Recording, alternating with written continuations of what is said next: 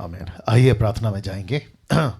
सृष्टिकर्ता पिता यीशु के नाम से आपके महान महान उपस्थिति जो आपने हमें दे रखी है उसमें आते हैं। प्रभु जी, तेरा दास डैनियल राज तुझे नमन करता है, तुझे प्यार करता है, तेरे पैरों को चूमता है और कहता है कि प्रभु धन्यवाद इस सेवा के लिए, धन्यवाद इन सभी के लिए जो अभी जूम के माध्यम से, यूट्यूब के माध्यम से जुड़ते हैं। प्रभु जी, मुझे आपने ये अनुग्रह दिया कि तेरे वचन से इनको जो है परमेश्वर तैयार कर सकूं। प्रभु, एक ऐसी कलीसिया जिसको कहते हैं मसीह की देह, प्रभु जी, उसमें इन सभी को आप जैसे चाहते हैं, वचन जैसे कहता है वैसे तैयार करने के लिए कृपा दीजिए। प्रभु जी, मैं आपका धन्यवाद देता हूं, आपके नाम को ऊंचा उठाता हूं कि सारी बातें अभी तक 25वें एपिसोड आज तक आपने हमें चला के रखा। प्रभु, मैं जानता हूं कि परमेश्वर लूसीफर बिल्कुल खुश नहीं है, उसको बिल्कुल पसंद नहीं आ रही कि कई लोग तैयार हो रहे हैं और वो अपनी तरफ से हाथ पैर मार रहा है। लेकिन मैं जानता हूं, हम जानते हैं, कलीसिया जानती है कि विजय तू देता है और तेरी है। प्रभु जी, मैं आपका धन्यवाद देता हूं, इन सभी के जहन को, बुद्धि को, ज्ञान को यीशु के नाम में खोलिए ताकि परमेश्वर एक एक व्यक्ति आपके वचन को सीख वह समझ सके। परमेश्वर, आप ऐसा कर रहे हैं, मैं उसके लिए आपका धन्यवाद देता हूं। आदर, महिमा, सम्मान सब कुछ आपको देते हुए ये प्रार्थना यीशु के नाम से मांगता हूं, सुन और कबूल कर। आमीन। एक अच्छी ताली के साथ हम परमेश्वर को धन्यवाद देंगे। जी, सभी सभी सभी सभी। Wonderful wonderful Jesus, wonderful Jesus. या जितने माइक्स ऑन हैं कृपया करके माइक ऑन बंद कर लें, आप लोग भी अपनी अपनी तरफ से। देखते देखते मैं समझता हूं कि ये हफ्ता पूरा हो रहा है। आज इस हफ्ते का आखिरी दिन आ चुका है जिसको कहते हैं फ्राइडे, शुक्रवार। और आप सभी जानते हैं कि डीटी का शुक्रवार जो है वीकली समाप्त हो जाता है। और मैं समझता हूं कि परमेश्वर ने, यूट्यूब के लोगों आप भी सुनिएगा, 25वें एपिसोड तक आने में ये परमेश्वर ने हम सभी को अनुग्रह दिया, मौका दिया। ये उसका प्यार है, ये उसकी कृपा है। मुझे बेहद खुशी है कि कम से कम इस लैपटॉप पे 113 और वहाँ पे ओके, तो ऐसे मिलाकर कुछ 250 लोग अभी जुड़ चुके हैं दोनों आईडी से। और साथ ही साथ यूट्यूब पर आप लोग जितने जुड़ते हैं, आपकी तो बात अलग है। परमेश्वर हम सभी से आज 25वें एपिसोड पर एक ऐसा टॉपिक जिसको कहते हैं how to handle the scripture, उसके ऊपर जो है अभी हम बात कर रहे हैं। और एक ऐसा पॉइंट चल रहा है जिसको कहते हैं कॉन्ट्रडिक्ट स्क्रिप्चर्स, आपके बीच अभी रखने जा रहा हूं। लेकिन उसके पहले एक एक व्यक्ति का नाम नहीं ले सकता, एक एक व्यक्ति को हाय हेलो नहीं कर सकता। लेकिन आप लोग सब मेरी लिस्ट में हैं, आप लोग सब मेरे सामने हैं। काफ़ी लोग तो नहीं, लेकिन कुछ लोगों को मैंने पिन किया हुआ है और जो रूटीन हम चलाते हैं वो सभी को, राइट। तो आप सभी का बहुत बहुत धन्यवाद। और साथ ही साथ बड़ा अच्छा लग रहा है, सचिन दावारे जी, आप पूरे फैमिली के साथ हैं, बच्चों के साथ हैं, बड़ा अच्छा लग रहा है, बहुत खुशी की बात है। साथ ही साथ प्रवीण मिंज, अगर मैं नाम लेने में गड़बड़ हो रहा है तो माफ़ करिए, बड़ा अच्छा लग रहा है। साथ ही साथ कालेब जी, आपको देखकर, सिस्टर निर्जला जी एज यूजुअल, और साथ ही साथ जितने भी हैं, सिस्टर रेखा हैं, सिस्टर एस्तर हैं, फिर उसके बाद में ऑफ कोर्स आशा व्हीलर जी आप हैं, सिस्टर नीता जी आप हैं, काफ़ी लोग हैं। आप सभी का, अभी दूर है थोड़ा लैपटॉप, नाम नहीं पढ़ पा रहा हूँ, लेकिन काफ़ी लोग हैं। एक भाई हैं जो लाल क्या कहते हैं, कंजड़ी झांझ लेकर ऐसे हिला रहे हैं, बड़ा अच्छा लग रहा है, जो कि श्रीकांत भाई साहब, बड़ा अच्छा लग रहा है जी। तो आप लोग सभी हैं, बहुत अच्छा लग रहा है।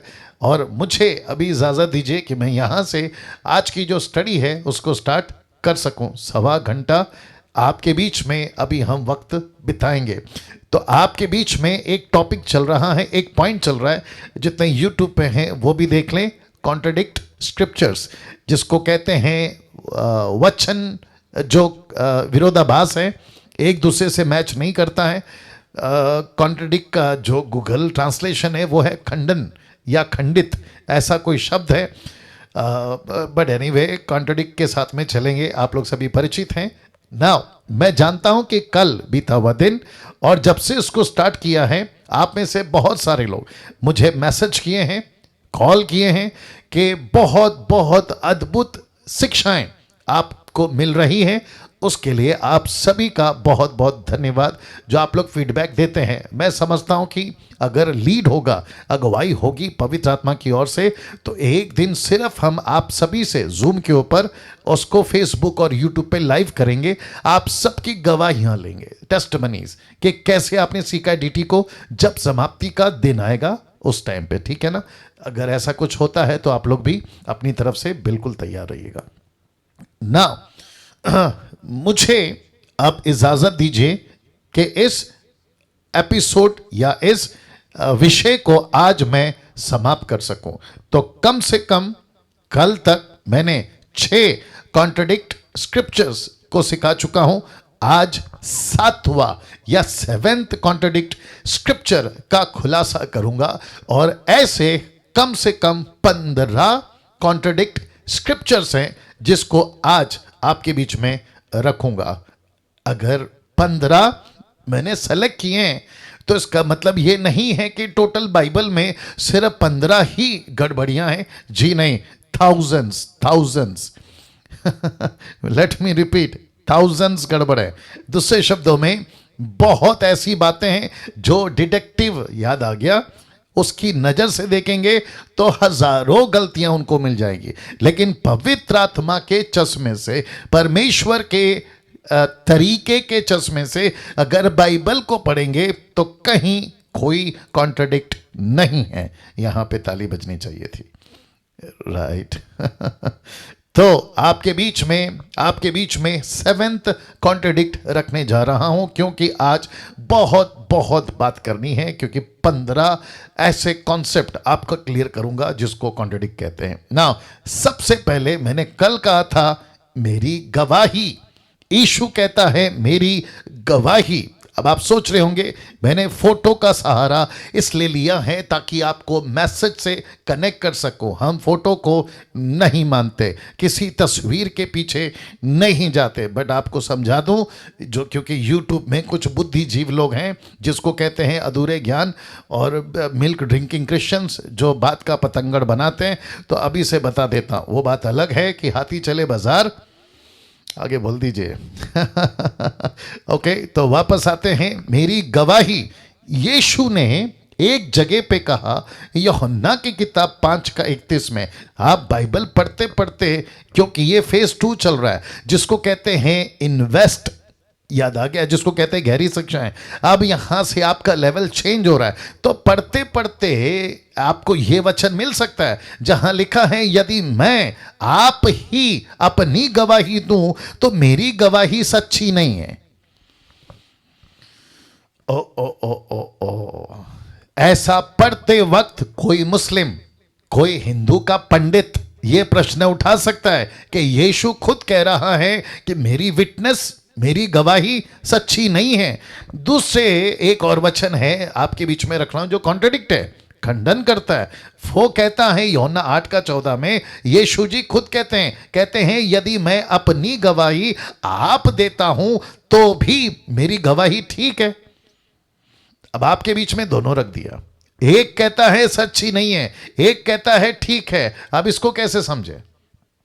या मेरे दिमाग में एक और था, क्या परमेश्वर बदलता है? नहीं।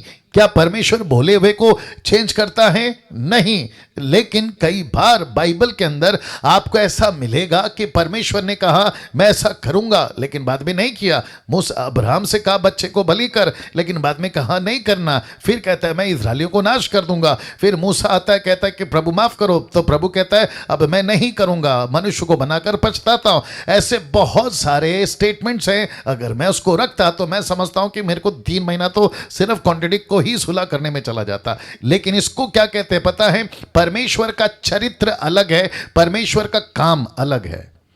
परमेश्वर के चरित्र में कभी खोट नहीं है, परमेश्वर के कैरेक्टर में कभी खोट नहीं है, लेकिन काम करने के तरीके में, क्योंकि उस वक्त का सिचुएशन अलग होता है। परमेश्वर को परखना था, किसको? अब्राहम को। तो कहा कत्ल कर, लेकिन बाद में जब पता चला ये सक्सेस हो गया, ये कामयाब निकला, तो परमेश्वर ने अपने ही शब्द को कहा अब मत कर। तो इसको क्या कहते हैं? इसको कैरेक्टर नहीं कहते हैं, इसको कहते हैं कि वहां की जरूरत थी, उसके मुताबिक परमेश्वर ने अपने शब्द को कहा। लेकिन कुछ लोग इस बात को कैरेक्टर से जोड़ देते हैं, चरित्र से जोड़ देते हैं। बाइबल को पढ़ते वक्त में बहुत बहुत सतर्कता से पढ़ना है। इसलिए तो पवित्र आत्मा दिया है, कल बताया था कि उसके 9 वरदान में पहला 2 वरदान है बुद्धि और ज्ञान। नाउ अब बात करते हैं इसकी, बहुत ध्यान से सुनिएगा। एक कहता है मेरी गवाही अगर मैं दूं तो सच्ची नहीं है। वचन 8 का 14 कहता, अध्याय 8 का 14 कहता है मेरी गवाही अगर मैं देता हूं तो वो ठीक है।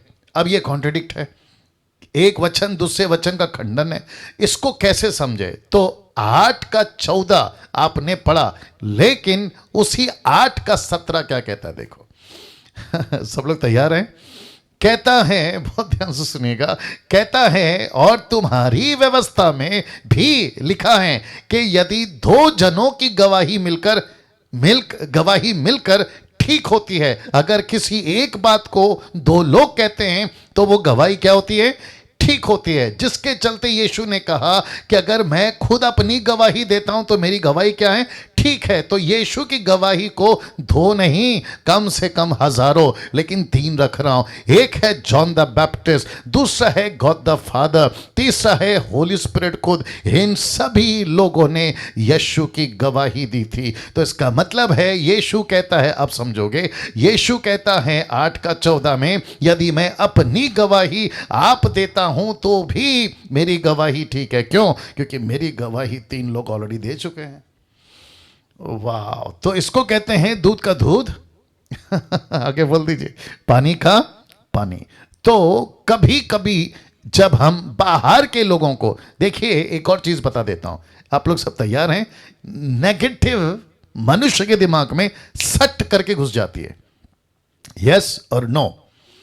वापस आता हूं, किसी भी चीज की नेगेटिव, या दूसरे शब्दों में अगर किसी की भी चुगली, किसी की आलोचना, किसी की उल्टी सीधी बातें, या किसी की वीडियो जो नेगेटिव वे पे पेश की जाती है, वो क्या कर जाती है? बहुत जल्दी घर कर जाती है। वैसे ही यीशु के बारे में ऐसी कोई स्टेटमेंट जहां लिखा है कि यदि मैं आप अपनी गवाही दूं तो मेरी गवाही सच्ची नहीं है, लेकिन कभी नहीं देखेंगे कि उसका दूसरा पहलू क्या कहता है। Because every coin has a 2 side. हर सिक्के के 2 पहलू होते हैं, राइट प्रवीण? हर सिक्के के 2 पहलू होते हैं। तो पढ़ते वक्त में आपको टोटल बाइबल का नॉलेज होना होना बहुत जरूरी है। जिसके चलते मैंने कहा था कि कम से कम दिन में कितनी चैप्टर्स? 30 से 40। ऐसे पढ़ते पढ़ते आपके दिमाग में ना सब बैठ जाएगा, और जब सब बैठ जाएगा आपको कोई प्रश्न करेगा तो टक करके आपके पास में जवाब होगा। तिमोथी को कहता है पेट दुखता है तो दाखरस खा मिला, वही पौलुस कहता है कि दाखरस पीने वाला नरक में जाएगा। तो आप बैलेंस कर पाओगे? ऑफ कोर्स आप कर पाओगे। आपके पास में कोई आता है, अभी जैसे आशा जी प्रार्थना कर रही थी तो तरह तरह के कॉल्स आते हैं, उनको तरह तरह के लोग कहते हैं, तो फिर उनको पता चला ओहो सच्चा परमेश्वर तो बाइबल वाला है, सच्चा यीशु तो परमेश्वर तो यीशु है। ऐसे बत्ती जलती है। कब? जब आप वचनों को पढ़ते हो तब। वैसे ही अगर यीशु कहता है मेरी गवाही ठीक नहीं है तो ठीक है, दूसरा वचन कहता है मेरी गवाही ठीक है। बोला कैसे? कम से कम 2 गवाह अगर बीच में आ गए तो उसकी गवाही ठीक है। यहां तो 2 नहीं 3 है, और मैं तो कहता हूं हजारों है। जॉन द बैप्टिस्ट है, गॉड द फादर है, और होली स्पिरिट है। इन सभी ने यीशु की गवाही दी, और गवाही क्या दी? कि यही है वो मसीहा। वाह, आई विश कि मैं इसके ऊपर बात कर दूं। यही है वो मसीहा जिसकी गवाही दी थी। किसने कहा? John the Baptist. सब शास्त्री फरीसी, मैं थोड़ा इसके ऊपर जाऊंगा, उचित भी है। सब शास्त्री फरीसी इकट्ठे हो गए, जॉन द बैप्टिस्ट को पकड़ा, जहां वो बपतिस्मा देते थे, उसको पकड़ा, यरदन के नदी के आसपास पकड़ा, उसको कहा कि तू मसीहा है। उसने बिल्कुल साफ मना कर दिया, बोला मैं नहीं हूं मसीहा। बोला फिर? बोला जो मेरे बाद आएगा ना वो है मसीहा। कैसे साबित होगा? अरे भाई, भजनों की किताबों में लिखा है, नबियों की किताबों में लिखा है, कई गवाहियां उसके ऊपर हुई हैं। मूसा ने कहा है, आपके याकूब ने कहा है, आपके जितने मेजर प्रॉफिट है, माइनर प्रॉफिट है, जिसका जिक्र मैं कर चुका हूं, कम से कम 3 मेजर और 17 से 18 माइनर प्रॉफिट्स हैं, इन सभी ने कहा है कि एक मसीह आएगा। कैसे आएगा ये भी बताया, कुंवारी गर्भवती होगी ये भी बताया, कैसे पैदा होगा ये भी बताया, अभी सुनो कहां पैदा होगा ये भी बताया, बेथलेहम।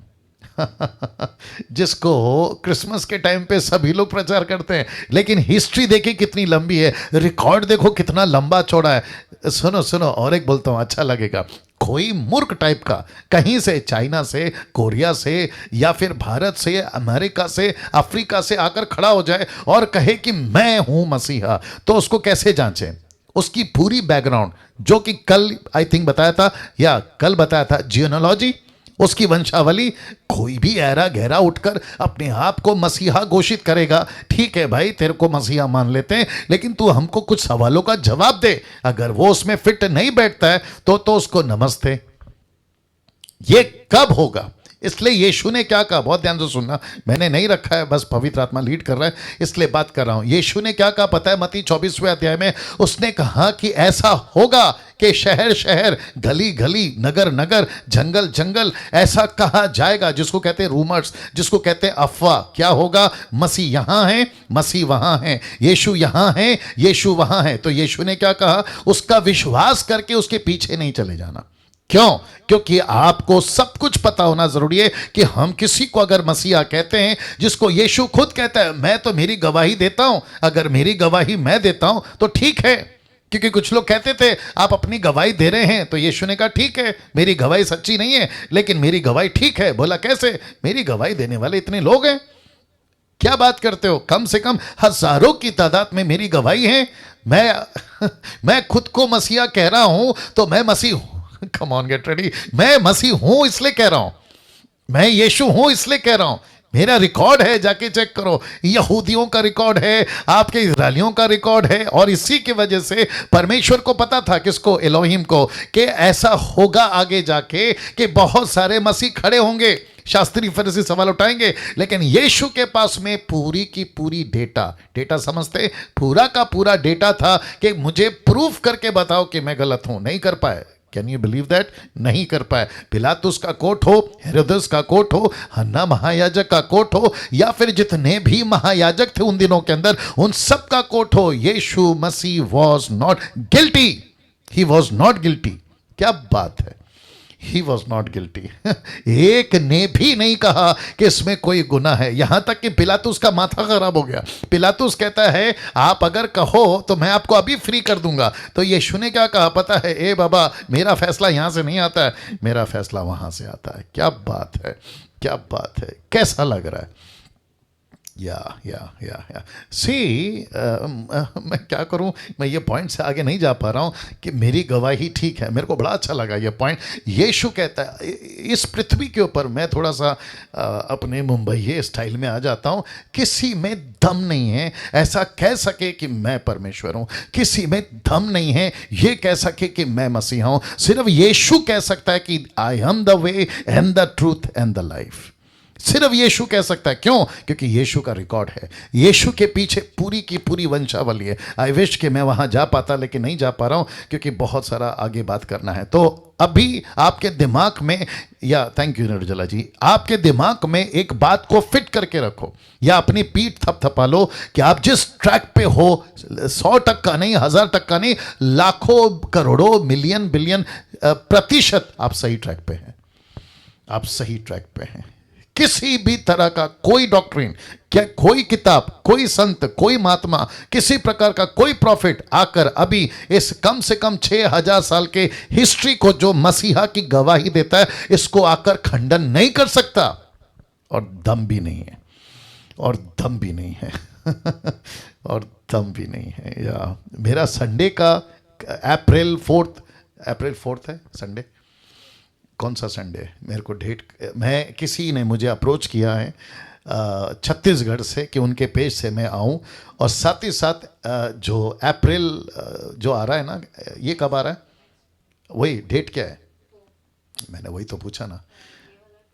हाँ, उसके बाद वाला तो चौथा तारीख का संडे अप्रैल, जो कि ईस्टर संडे कहा जाता है, यीशु जी उठेगा, उसके ऊपर एक गजब का टॉपिक पे बात करूंगा और साथ ही साथ अपने जो ऑनलाइन चर्च है उस पे भी उसी को टॉपिक पे बात करूंगा। मजा आएगा, उस दिन भी मजा आएगा। यीशु की गवाही ठीक है, क्यों? क्योंकि उसकी गवाही देने वाले तीन ही यहां पे, John the Baptist, God the Father, Holy Spirit उसकी गवाही देता है और ये तीनों ने यीशु की गवाही दी है। नाउ 8th कॉन्ट्रडिक्ट स्क्रिप्चर कौन सा है?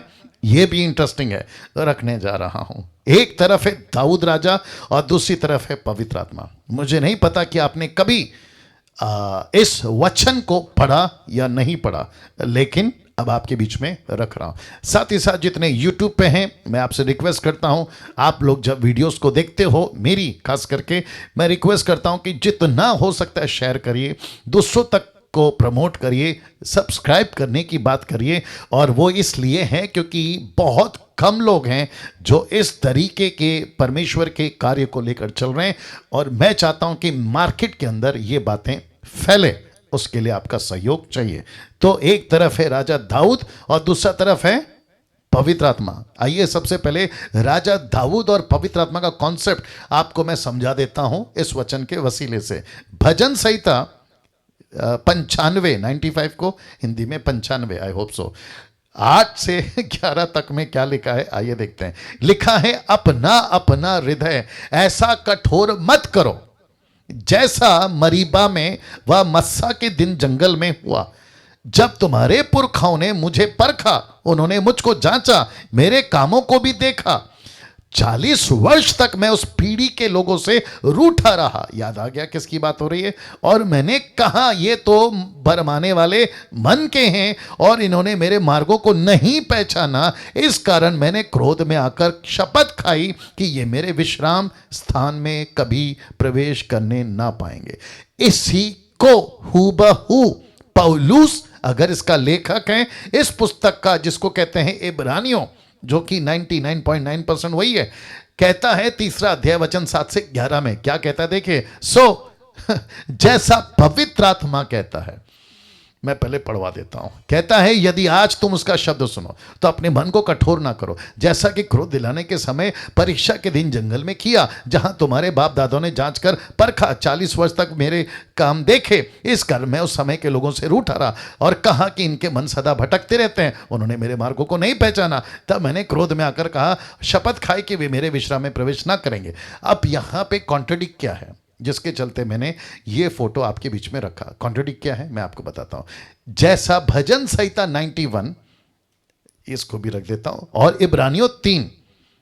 अब जब तक, बहुत ध्यान से सुनना, मजा आएगा, जब तक इब्रानियों की पुस्तक नहीं लिखी गई तो सब क्या कहते थे? राजा दाऊद ने कहा, राजा दाऊद ने कहा, राजा दाऊद ने कहा। लेकिन जब पौलुस आया तो पवित्र आत्मा कहता है, ना ना, वो तो मैंने कहा। ओके, कुछ लोगों की बत्ती जल रही है, मतलब आपका दिमाग काम कर रहा है। बोला अच्छा, तो मैं आपके बीच में रख देता हूं। किसका स्टेटमेंट था?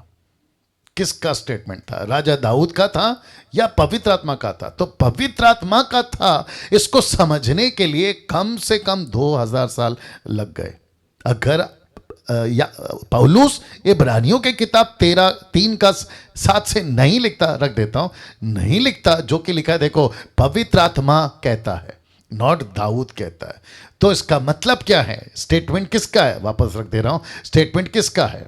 कॉन्ट्रडिक्ट में दाऊद हो सकता है, कुछ लोग कहेंगे दाऊद का है, फिर कहेंगे कैसे कह दिया इब्रानियों के 3 के 7 में कि पवित्र आत्मा का है। तो आपको बताता चलूं कि जब तक इब्रानियों की पत्री नहीं आई, सबको लगा दाऊद ने कहा, लेकिन पवित्र आत्मा ने दाऊद से कहलवाया था।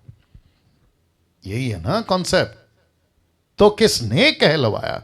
दाऊद ने नहीं कहा है, ये पवित्र आत्मा था जिसने उससे कहलवाया। और ऐसे बहुत सारे बातें हैं जिसको मैं नहीं रख पाया हूं कि यीशु के क्रूसिफिकेशन तक को पवित्र आत्मा ने दाऊद से कहलवाया। तो वापस कहता हूं, यीशु की गवाही ठीक है, क्यों? बहुत लोगों ने कहा है, तो मैं वहां भी वापस नहीं जाऊंगा, लेकिन आपको बताता चलूं कि स्टेटमेंट दाऊद का नहीं था, स्टेटमेंट किसका था? पवित्र आत्मा का। कब पता चला? कम से कम 2000 साल के बाद।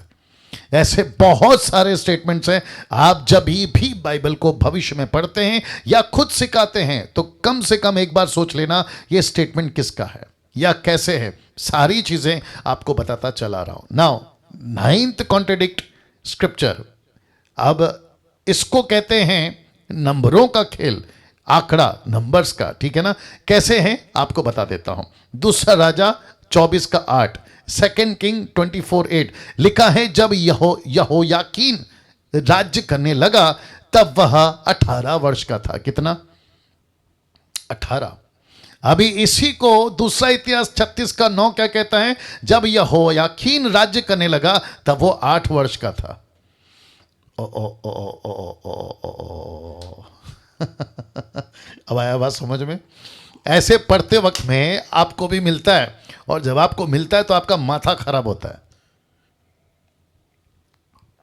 कम ऑन, यस और नो। और फिर आपके मन में प्रश्न उठता है। और ये जो बाहर के लोग हैं ना, उल्टे सीधे वाले, ये कहते हैं कि देखो इनकी बाइबल पे भरोसा कर ही नहीं सकते। बोला क्यों? बोला देखो कितना बड़ा मिस्टेक है, 18 का सीधा 8। एक और देता हूं। दूसरा राजा 8 का 26, जब अहज्याह राजा बना तब वो 22 वर्ष का था। अभी दूसरा इतिहास 22 का 2 कहता है कि जब अहज्याह राजा बना तब वह 42 वर्ष का था। 18 से 8, 22 से 42, 42 माफ करें। सी गैप है, अच्छा खासा गैप है, राइट आशा जी? तो इसका मतलब है कि एक पुस्तक ऐसा कहती है तो दूसरा पुस्तक ऐसा कहती है, दूसरा राजा ऐसा कहता है तो दूसरा इतिहास ऐसा कहता है। और एक देता हूं, पहला राजा 4 का 26 कहता है, फिर उसके रथ के घोड़ों के लिए सुलेमान के 40,000 थान थे। 40,000। अभी उसी को दूसरा इतिहास 9 का 25 क्या कहता है? सुलेमान के 4,000। तो 40 कहां और 4,000 कहां? गैप कितना बड़ा है देखिए। और एक देता हूं पहला राजा 7 का 26, उसमें 2,000 बात की समाई थी। उसी को दूसरा इतिहास 4 का 5 का कहता है 3,000। तो एक जगह पे 2,000, एक जगह पे 3,000।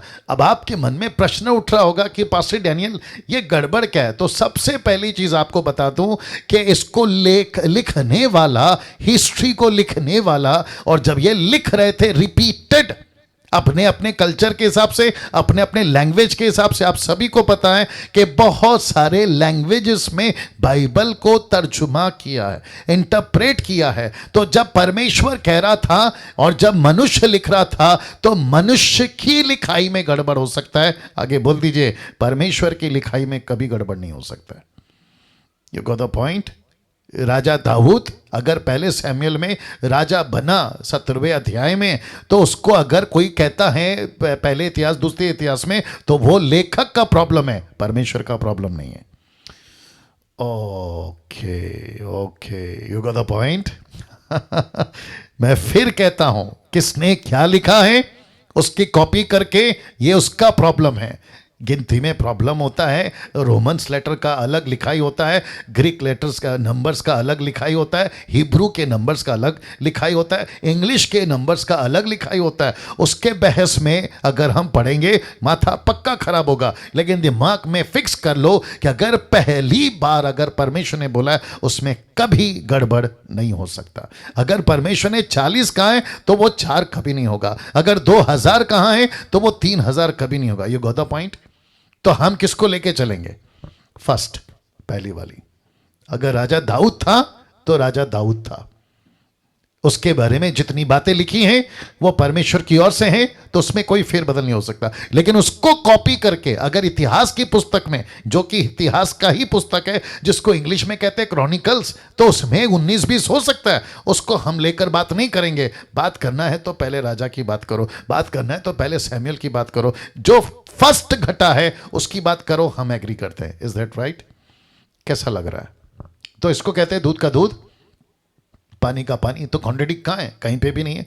देखो, मैं ये सब बातें क्यों बता रहा हूं कि भविष्य में आप लोग प्रीचर बनोगे, भविष्य में आप लोग पास्टर नहीं बनोगे, भविष्य में आप लोग टीचर प्रीचर बनोगे। तो ये दिमाग में रख लेना कि जब कोई मुझे आपको सवाल करे तो टक टक करके जवाब आना चाहिए ताकि इनका मुंह बंद कर सके।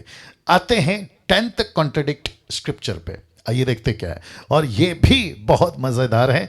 एक सेकंड दीजिए, थोड़ा सा पी लेता हूं पानी।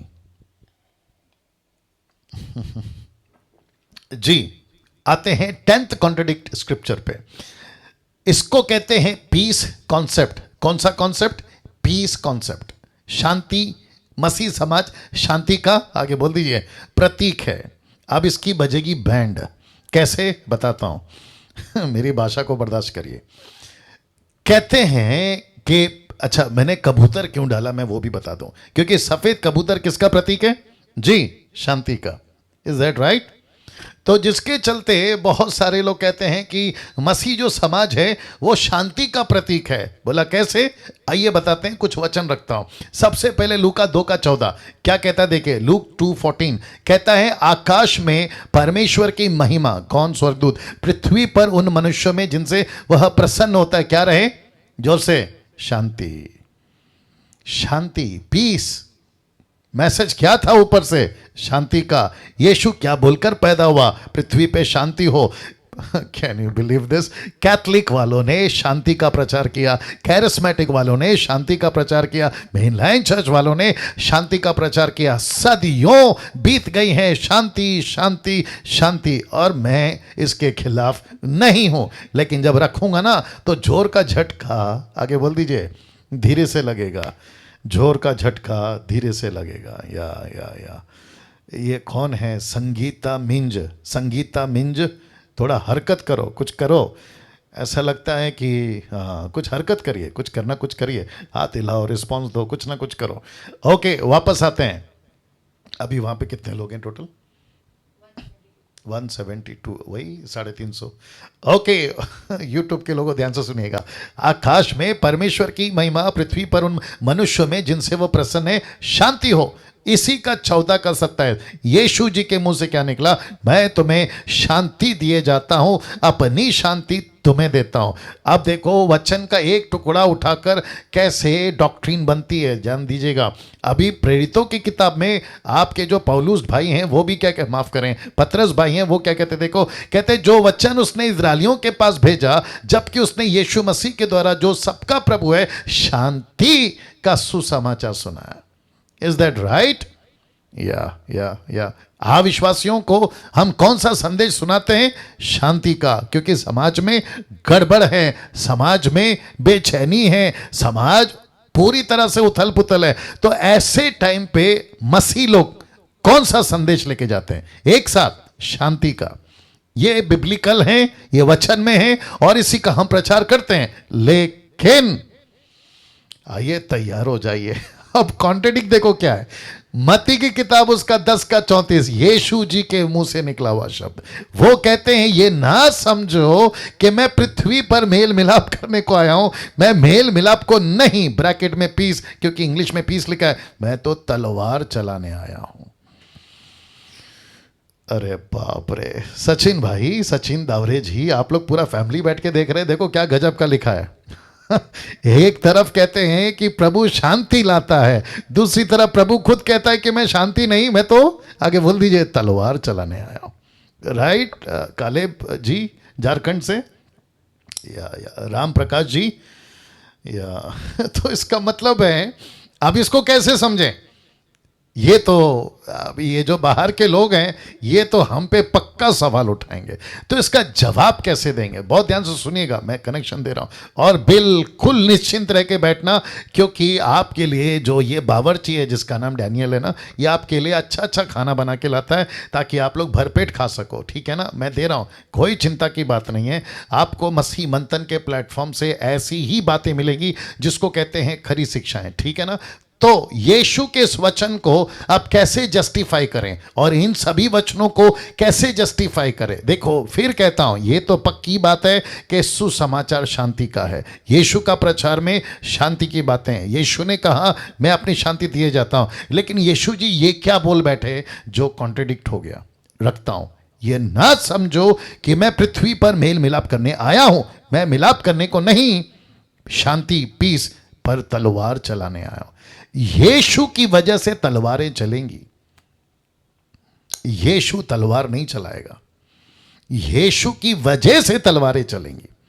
यीशु शांति छीनने नहीं आया, यीशु की वजह से शांति छीन जाएगी। कैसे? तैयार हैं? बता दो। लीजिए लूका की किताब उसका 21 का 17, और मेरे नाम के कारण, मेरी शिक्षाओं के कारण, ब्रैकेट में मैंने डाला है, जरा प्लीज पढ़ लीजिए एक साथ। लिखा है सब लोग तुमसे बैर रखेंगे। तो मुझे प्लीज बताइए, तलवारें चली? चली। लोग हाथ में तलवार उठाएंगे? पक्का उठाएंगे। आपसे नफरत करेंगे? पक्का करेंगे। तो फिर मेरा प्रश्न है, यहां शांति कहां है? अरे बात समझ में यहां शांति कहां है बताइए? जिस प्रचार को सुन के आशा जी हमने अपना जीवन प्रभु को दिया, जिस प्रचार को सुन के निर्जला जी हमने अपना जीवन प्रभु को दिया, क्या प्रचार किए थे हमको पास्टर लोगों ने? यीशु के पास आओ तुमको शांति मिलेगी, यीशु के पास आओ तुम्हें आनंद मिलेगा। आज भी कई लोग हैं जो ऐसा प्रचार करते हैं, यीशु के पास आओ आपका जीवन बदल जाएगा। हम सब कुछ छोड़ छाड़ के, आगे बोल दीजिए, यीशु के पीछे चलने शुरू करें। लेकिन जैसे ही चलने शुरू करें हमको मिल गया 10 का 34, हमको मिल गया 10 का 34। क्या कहता है? मैं पृथ्वी पे तलवार चलाने आया हूं। ओ ओ ओ ओ ओ ओ ओ, ये जो पॉइंट है बहुत गजब का है, इसलिए मैं रिक्वेस्ट करता हूं कि बहुत ध्यान से सुनेगा। जितने यूट्यूब के लोग हैं आप भी सुनेगा। अच्छा, अधूरे ज्ञान वाले, जो मिल्क ड्रिंकिंग क्रिश्चियन वाले, जिनको मेरी बात समझ में नहीं आती और जिनको मुझसे तकलीफ है। बीच में मैं किसी का वीडियो देख रहा था, कोई विचित्र प्राणी है, नाम तो मैं खैर लेता नहीं हूँ, आप सभी जानते हैं उसको। पूरे दुनिया के अंदर उसका नंबर विलन मैं ही हूँ। विलन समझते हैं? उसका नंबर 1 विलन मैं हूँ। मुझे नहीं पता कि वो जब स्वर्ग में जाएगा तो प्रभु को क्या हिसाब देगा, मुझे नहीं मालूम उसका क्या होगा। जैसे यीशु के टाइम पे यीशु के विलन थे, पतरस के टाइम पे पतरस के लिए विलन थे, पौलुस के टाइम पे पौलुस के विलन थे, वैसे मेरे टाइम पे भी बहुत सारे मार्केट में, खास करके यूट्यूब पे बहुत सारे विलन हैं। मेरे को कोई फ़र्क नहीं पड़ता। कोई बोल सकता है क्या लाइन है? मैं क्या हमेशा कहता हूँ, हाथी चले बाजार, आगे कोई बोल देगा प्लीज़ जूम से, कुत्ते भोके 1000, तो मेरे को कोई फ़र्क नहीं पड़ता। यार निर्जला जी बिल्कुल सही इशारा किया आपने। तो ऐसे लोग हैं ना, थोड़ा बुद्धि इस्तेमाल करें, क्योंकि मैं आपको ये बातें बताने जा रहा हूं। तो यीशु कहता है मैं पृथ्वी पर मेल करने नहीं आया, मैं पीस करने नहीं आया। बोला फिर मैं तलवार चलाने आया। आप सभी को पता है कि एक टॉपिक निकाला था जिसको कहते हैं बाइबल की भाषा, लैंग्वेज ऑफ द बाइबल। तो इसको भी वैसे ही समझना है। तो यीशु के वजह से तलवारें चलेंगी। कैसे? वचन बता दिया 21 का 17, आगे और भी रखूंगा। लिखा है मेरे नाम के कारण, मतलब मेरी शिक्षाओं के कारण सब लोग तुमसे बैर करेंगे। आपने जैसे ही डिक्लेयर कर दिया नेपाल में या फिर भारत में, पाकिस्तान में, बांग्लादेश में, अफ्रीका, अमेरिका, यूके, यूएसए, आप जहां पे भी डिक्लेयर कर दोगे अब से मैं यीशु को मानता हूं, तो आपका खुद का दोस्त आपका बैरी हो जाएगा, दुश्मन हो जाएगा। क्यों? क्योंकि आपके साथ पहले बैठ के तुम सिगरेट पीते थे उसके साथ, लेकिन तुम मसीह बन गए, और जैसे ही पता चला अब तुम उसके साथ बैठ के सिगरेट नहीं पियोगे, वो आपका बन गया दुश्मन। दारू बैठ के पीते थे, अब आप मसीह बन गए, वो आपका बन गया दुश्मन। वैसे ही घूस लेते थे, चोरी करते थे, क्या कहते हैं, पाप करते थे, संसार का जीवन जीते थे। आपने जैसे ही शांति का सुसमाचार सुना, आपका जीवन बदल गया। और वैसे ही आपका दोस्त का नहीं बदला, तो वो आपका क्या बन गया? जोर से, दुश्मन। वो छोड़िए, बाहर का तो बोल दिया, घर के कम ऑन गेट रेडी, घर के खुद के लोग आपके विरोध हो जाएंगे। घर के खुद के लोग आपके विरोध हो जाएंगे। Can you believe that? पति पत्नी के विरोध हो जाएगा। यीशु ने खुद कहा है पति पत्नी के विरोध हो जाएगा, पति पत्नी के विरोध हो जाएगा, बच्चे माँ बाप के विरोध हो जाएंगे, माँ बाप बच्चे के विरोध हो जाएंगे, पड़ोसी अड़ोसी के विरोध हो जाएगा, यहां तक कि आपका बिजनेस पार्टनर तक आपके साथ में दुश्मनी कर लेगा। कम ऑन, यस और नो? रिश्तेदार आपको घर से निकाल देंगे, आपकी प्रॉपर्टी छीन लेंगे। मैं रखूंगा सब कुछ लिस्ट में। और साथ ही साथ आपका, यहां तक कि आपके गांव का हुक्का, पानी, राशन, XYZ सब खत्म। अब फिर पूछूंगा, क्या यीशु का सुसमाचार शांति वाला रहा? नहीं। अब एक और चीज कनेक्ट कर रहा हूं, मसीह बनना आसान है या मसीह बने रहना? रिपीट करता हूं, मसीह बनना आसान है या मसीह बने रहना? मसीह बने रहना। आप मसीह बन सकते हैं ऐसे चुटकी में, लेकिन मसीह बने रहना आपको पूरी जिंदगी भर उसके लिए कीमत चुकानी पड़ती है। तो वापस कहता हूं, गजब का पॉइंट है, इससे बहुत कुछ सीख सकते हैं कि कुछ लोग क्या करते हैं ना, हम तो शांति वाले हैं, हम तो प्यार वाले हैं, हम सबके साथ अच्छे से रहेंगे। Be good and be good to others, concept समझ में आ गया? Be good and be good to others. America में यही चलता है। मैं जब जाता था वहां पे तो यही कहते थे, सबके साथ अच्छे से रहो। कैसे बताऊं, दारू पीने वाले को कभी मत डांटो, पाप करने वाले को कभी मत डांटो, किसी को कभी भुला भला मत कहो, वो मूर्ति पूजा करता है तो भी उसको अच्छा बोलो, चर्च में उल्टा सीधे काम होता है तो भी अच्छा बोलो। बोला क्यों? बोला हम शांति वाले लोग हैं, हम शांति के प्रतीक के लोग हैं। अब फिर इस वचन का क्या करें? इस वचन का क्या करें? इस वचन का क्या करें? यीशु कहता है मैं तो आया ही नहीं हूं शांति के लिए, मैं तो आया हूं तलवार चलाने। तलवारें चलेंगी किसकी वजह से? एक साथ, यीशु की वजह से। क्यों? लिखा है मेरे नाम के कारण, मेरी शिक्षाओं के कारण सब लोग तुमसे बैर करेंगे। मैं आपको बता दूं यूट्यूब के लोगों कि कम से कम 7-8 साल अभी से डैनियल राज को यूट्यूब के ऊपर, खैर तभी तो इतना नहीं आता था, लेकिन मसीह समाज में मैं जहां पे भी जाता था, अब मैं समझता हूं कि जब मीटिंग्स होती थी, बड़ी बड़ी कवाली सूफी जब गाया जाता था, आशा जी आपने भी जिक्र किया है, तो ऐसे टाइम पे अरे बाप रे, ऑटोग्राफ, फोटोग्राफ, फिर ऊपर से पैसे के पैकेट आते थे और फिर स्टार होटलों में रखा जाता था। अरे आपकी मीटिंग का डेट आपका मीटिंग कराना है, हमको डेट चाहिए। जैसे ही मैंने कहना शुरू किया कि जो नशा करता है वो गलत है, जो घूस लेता है वो गलत है, तुम छेले नहीं बना रहे वो गलत है, तुम सुसमाचार नहीं सुना यीशु की शिक्षा में, आप चलने लगी क्या जोर से तलवारें। तो पौलुस कहता है कि जब मैं तुम्हारे साथ था तुम तो अपनी आंख तक निकाल के दे देते। आई थिंक गलतियों 3:14-15 में कहीं तो लिखा है, लेकिन जब मैंने सत्य बोलना शुरू किया तुम तो मेरे बैरी बन गए। याद आया? हाँ, तो उसको लेकर कुछ कहना चाहता हूं, लेकिन रखूंगा कुछ। शांति ब्रैकेट में पीस, शांति तो हमको स्वर्ग में मिलेगी, क्योंकि यीशु ने जब कहा मैं अपनी शांति तुम्हें देता हूं, तो इसका मतलब है कि यहां पे आप, कम ऑन गेट रेडी, आपको यहां पे अपेक्षा नहीं करना है। मैं इसको थोड़ा और हार्ड बोलूंगा, आपको पृथ्वी पे शांति की अपेक्षा नहीं करना है, नहीं करना है। आप ऐसा कहोगे कि मैंने अपना जीवन प्रभु को दिया है, अब सब कुछ पीसफुली चलेगा। पीसफुली समझते हैं? अब सब कुछ पीसफुली चलेगा। टायर पंचर हो गई है, अब गाड़ी ठीक से चलेगी। घर में पैसा आ गया है, अब घर ठीक से चलेगा। मेरी नौकरी लग गई है, अब मेरा लाइफ ठीक से चलेगा ना। आप जिस दिन मसीह बन जाते हो, आपका लाइफ उथल पुथल रास्ते से, क्रूस उठाकर चलना, गोलगत्ता के पहाड़ से गुजरेगा, सकरे रास्ते से गुजरेगा, यहां से ताना, वहां से ताना, यहां से बदनामी, वहां से बदनामी। कम ऑन, यस और नो? तो यीशु कहता है, फिर रख देता हूं, मेरे नाम के कारण, कहां गया? मेरे नाम के कारण लोग तुमसे बैर करेंगे। इसलिए लिखा है शांति तो हमको यहां नहीं मिलेगी, हमको कहां मिलेगी? सीधा स्वर्ग में, सीधा स्वर्ग में। इसलिए तो लिखा ना प्रकाशित वाक्य 21वें अध्याय 22वें अध्याय, ना वहां क्लेश है, ना वहां धमकी है, ना वहां डर है, ना वहां बीमारी है, ना वहां भूख है, ना वहां शैतान है, लेकिन वहां क्या है? वहां मसीह है, यशु है, उसकी कलीसिया है और अनंत काल का शांति का राज्य है। क्या बात है, क्या बात है। राइट सचिन जी, आपका पूरा परिवार ताली बजा रहा है, बच्चे लोग भी, बड़ा अच्छा लग रहा है। Wonderful, wonderful. तो शांति तो यहां नहीं मिलेगी। फिर पास्टर डैनियल और निर्जला जी, आप भी सपोर्ट करेंगे क्योंकि आपसे बातचीत मेरी होती रहती है नेपाल को लेके। तो यहां पे क्या मिलेगा? देख लीजिए, आपको यहां दुश्मनी मिलेगी, आपको यहां दुश्मनी मिलेगी। आज एक ऐलान कर ही देता हूं यूट्यूब वालों के लिए, एक ऐलान कर ही देता हूं। थोड़ा सा पीने दीजिए पानी, बहुत ध्यान से सुनना। तो वापस रखता हूं कि शांति ब्रैकेट में पीस हमको स्वर्ग में मिलेगा। क्या? शांति। लेकिन यहां पृथ्वी पे क्या मिलेगा? दुश्मनी।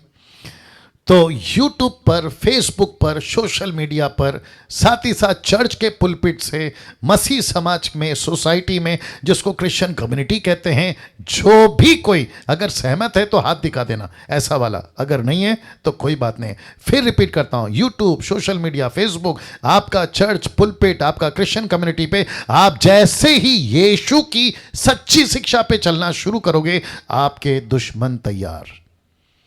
यस, या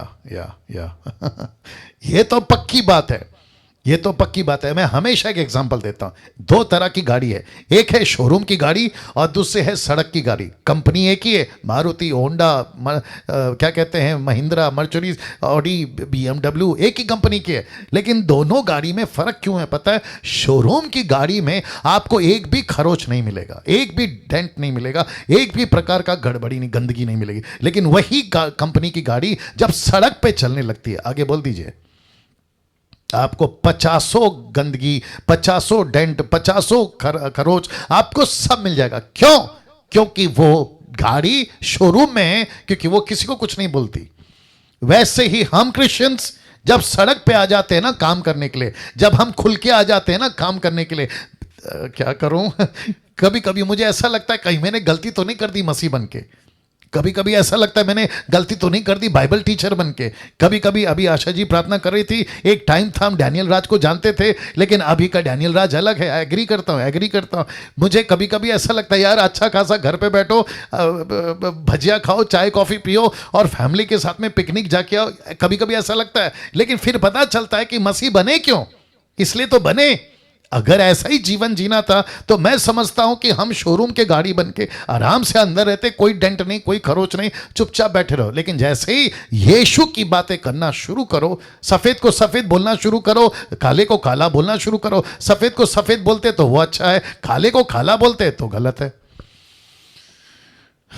वाह सी या सो मैं समझता हूं कि इस पॉइंट से हम कितना कुछ सीख पा रहे हैं।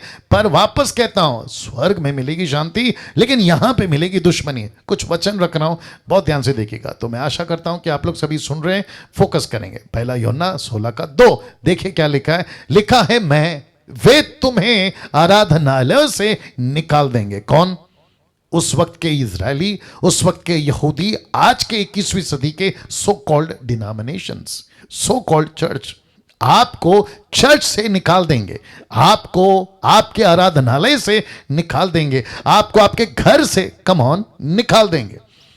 फिर यीशु यहां नहीं रुके, वो कहते हैं, वरन वह समय आता है कि जो कोई तुम्हें मार डालेगा। Can you believe this? जो कोई तुम्हें मार डालेगा वो समझेगा कि मैं परमेश्वर की सेवा करता हूं।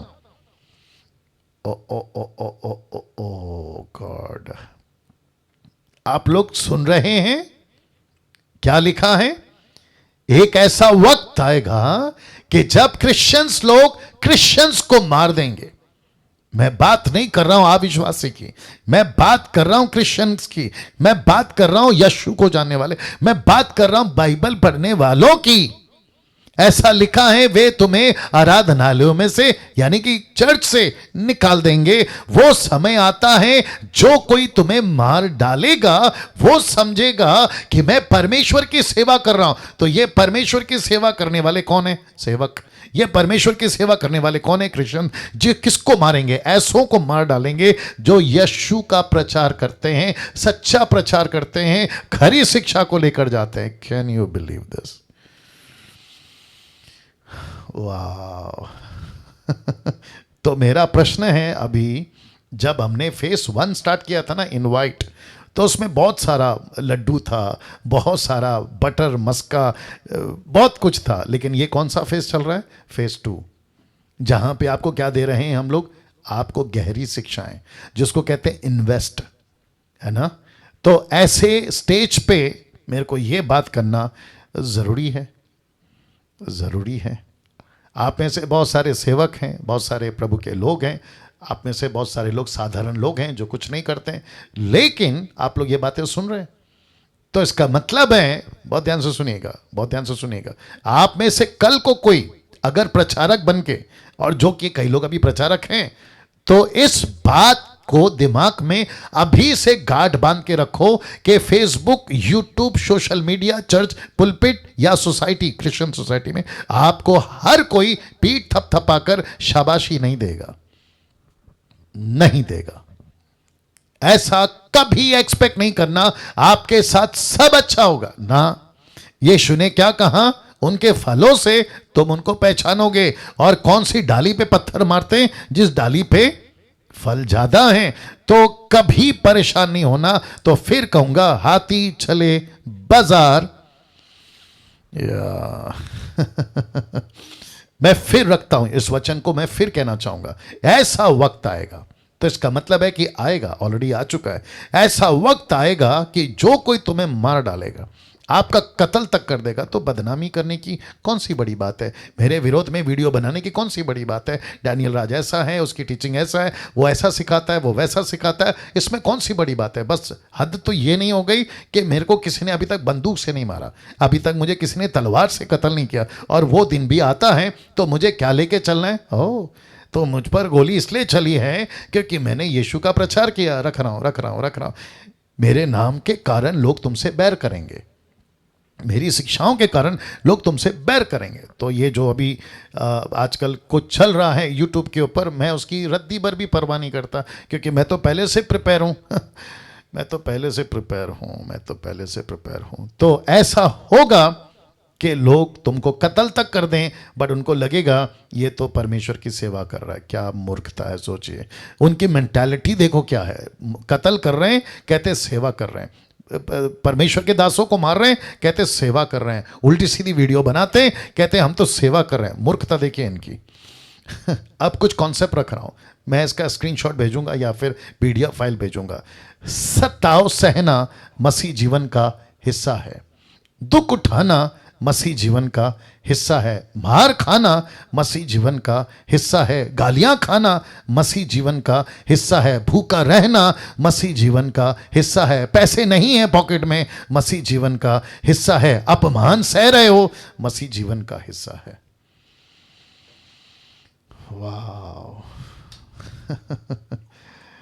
ऐसा प्रचार नहीं होता साहब आजकल, बल्कि सब उल्टा होता है आजकल। मसीह हो तो सताव नहीं आएगा, मसीह हो तो दुख नहीं आएगा, मसीह हो तो मार नहीं खाओगे, गालियां नहीं मिलेगी, भूखा नहीं रहोगे, पैसे की कोई कमी नहीं होगी, आपका अपमान नहीं होगा। बोला क्यों? बोला हम मसीह हैं। लेकिन नॉनसेंस है ये सब। ऐसा कोई वचन नहीं है।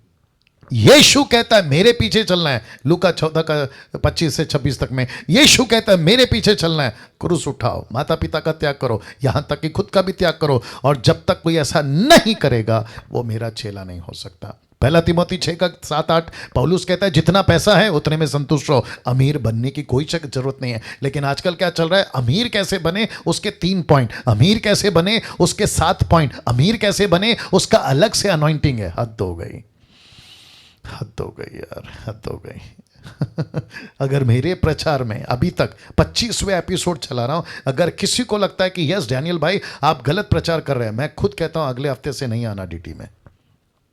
अगले हफ्ते से डीटी में नहीं आना, डीटी में नहीं आना, मेरे को अनसब्सक्राइब कर देना।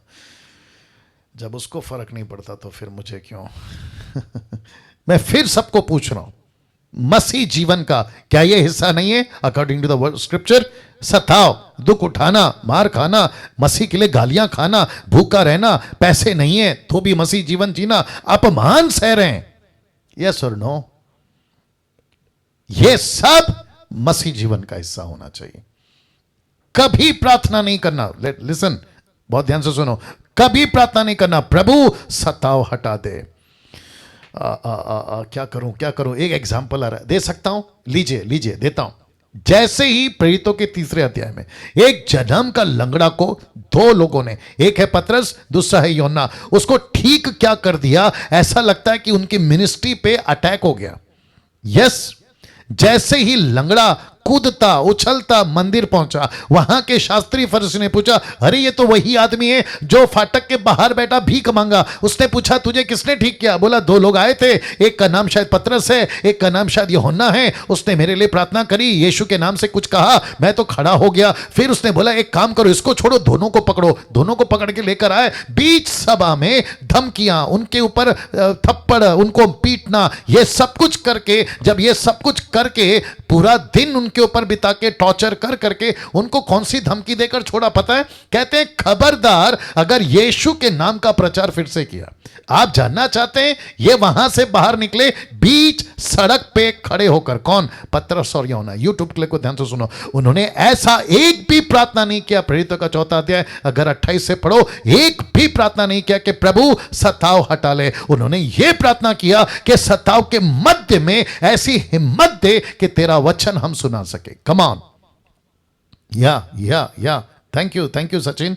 या इसका मतलब है कि कभी प्रार्थना नहीं करना कि सताव खत्म हो जाए, दुख हटा दे, मार खाने से बचा ले, गालियों से बचा ले, भूखा रहने से हमको कैसे आप प्रभु रख दिए, पैसे नहीं है प्रभु, अब हम क्या करें, हमारा बड़ा अपमान हो रहा है प्रभु, हम क्या करें। Make this all your Christian lifestyle. इसको मसीह जीवन शैली बना लीजिए, मसीह जीवन का शैली बना लीजिए। जिस दिन गाली नहीं खाया, प्रभु को पूछो, प्रभु क्या बात है, आज मुझे किसी ने गाली नहीं दी, कहीं कहीं मिनिस्ट्री में गड़बड़ तो नहीं चल रहा है। अगर गालियां खाते हो, मिनिस्ट्री सही है, आपका अपमान होता है, आपकी मिनिस्ट्री सही है, आप दुख उठा रहे हैं, कम ऑन गेट रेडी, आपकी मिनिस्ट्री सही है, आपके पास में पैसों की दिक्कत आ रही है, आपकी मिनिस्ट्री सही है, आपका मसीह जीवन सही है। अगर सब कुछ ठीक चल रहा है तो इसका मतलब है कि आप में गड़बड़ है। कम ऑन, यस और नो।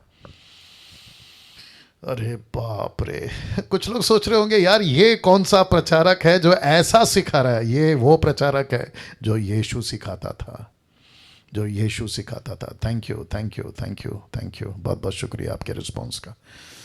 क्या बात है, क्या बात है, कैसा लग रहा है? इसको लीजिए, क्योंकि मैं 22वीं पीढ़ी को तैयार कर रहा हूं, और मैं जानता हूं कि लूसीफर बिल्कुल खुश नहीं है। He is not at all happy. Anyway, मैं समझता हूं कि ये पॉइंट क्लियर हो गया। 11th कॉन्ट्रडिक्ट स्क्रिप्चर, बहुत मजा आएगा। लीजिए, दे रहा हूं, ये पहला फोटो देख लीजिए, आप देख सकते हैं यायर की बेटी, मैंने रख दिया नाम यायर की बेटी। इसकी घटना को 2 जगह पे कैसे रिकॉर्ड किया देखिएगा। मरकुस का किताब कहता है 5:23 में, उसने ये कहकर बहुत विनती की कि मेरी छोटी बेटी मरने पे तू आकर उस पर हाथ रख कि वो चंगी होकर जीवित रहे।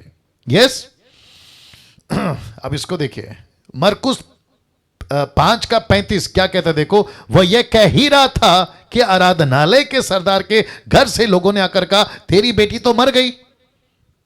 तो इसका मतलब है कि जब बाप यीशु से बात कर रहा था, बेटी घर पे थी, और बेटी क्या थी? बीमार। लेकिन जब वो बात करते करते यीशु के पास पहुंचा, तो तब से लेकर ये नौकर आने तक, क्योंकि 25 से लेकर 35 तक में आपको पता है कि एक 12 साल की औरत जिसको लहू बहने का रोग था, यीशु उसके साथ में बिजी थे। यस, तो नौकर आकर कहता है, अरे अभी तो लेट हो गया। बोला, फिर क्या करे, तेरी बेटी तो मर गई है। अब इसको देखिए, मत्ती का 9:18, वह उनसे ये बातें कह ही रहा था कि देखो एक सरदार ने आकर, यही सरदार यायर आकर कहा, उसे प्रणाम किया और कहा, मेरी पुत्री मतलब मेरी बेटी अभी मरी है, परंतु तू चलकर अपना हाथ उस पर रख तो वो जीवित हो जाएगी। अब इसको पढ़ते वक्त में क्या लगता है कि मरकुस कहता है कि बाप को नहीं पता कि बेटी मर गई है, बल्कि बाप को पता है कि बेटी बीमार है। You got the point. और मत्ती कहता है कि बाप को पता है और बेटी मर गई है, और वो कहता है कि वो अभी अभी मरी है, आप चल के उसको ठीक करिए। ये क्या चक्कर है? तो वापस कहता हूं, परेशान होने की जरूरत नहीं है, क्योंकि आपके लिए सबका तोड़ समझते हैं, सबका खुलासा आपके बीच में लेकर आ। तो इसको रखने से पहले वापस कहता हूं कि लिखाई कब हुई है? यीशु की घटना के टाइम पे नहीं, कितने साल का गैप है? कम से कम 20 से 30 साल का गैप है। तो ये जो लिखित आपके पास में है घटना जैसे घटी थी, बहुत ध्यान से सुनना, तो वहां पे न्यूज़पेपर वाला नहीं था जो टक टक टक टक लिख रहा था, वहां पे किसी प्रकार की कोई वीडियो नहीं बन रही थी, वहां लाइव टेलीकास्ट, आगे बोल दीजिए ना कोई, नहीं चल रहा था। तो जो घटना घटी थी उसको प्रत्यक्ष रूप में, विजिबल रूप में किसी ने रिकॉर्ड नहीं किया, लेकिन जिसने मरकुस को कहा, तो मरकुस को किसने कहा? मैंने कल बताया, पतरस ने, क्योंकि पतरस यीशु के साथ था और पतरस याहिर की बेटी को जिंदा करते वक्त में भी था। तो पतरस कह रहा था और वो लिख रहा था, लेकिन मत्ती के वाले ने क्या करा? बोला ओके तो मैं रख रहा हूं। हो सकता है कि मत्ती ने पूरा घटना का खुलासा नहीं किया जैसे मरकुस ने किया, मत्ती ने बी पार्ट ही लिखा। बी पार्ट समझते हैं? बी पार्ट, बी पार्ट का मतलब आपके बीच में रख रहा हूं। जैसे मरकुस में आपने पढ़ा था ना कि 35 में कहता है, नौकर आके कहता है अरे आपकी बेटी तो मर गई, तो फिर मत्ती वाला क्या कहता है? वो आकर क्या कहता है यीशु को? अभी मरी है। क्या मरी है? अभी मरी है। आपको कैसे पता चला? 35 में नौकर ने आकर कहा, लेकिन उसने वो हिस्सा नहीं लिखा जहां ऊपर घटना घटी है, जो मरकुस के 5 के 23 में लिखा है। तो इसको कहते हैं उसने ए पार्ट छोड़ दिया, उसने सिर्फ बी पार्ट कवर किया। तो कॉन्ट्रडिक्ट कहां है? कहीं पे भी नहीं। तो इसका मतलब है कि जब आप बाइबल पढ़ते हैं कहीं पे कुछ तो कहीं पे कुछ, तो आपको देखना है कि पूरी घटना का लिखा है, नहीं लिखा। ए पार्ट लिखा है तो नहीं लिखा, तो बी पार्ट लिखा है तो फिर ए पार्ट को ढूंढना है। ए पार्ट नहीं लिखा तो बी पार्ट को, समझ में आ गया? तो ऐसे करके आप क्या कर सकते हैं? घटनाओं का आकलन कर सकते हैं and you can come to the conclusion.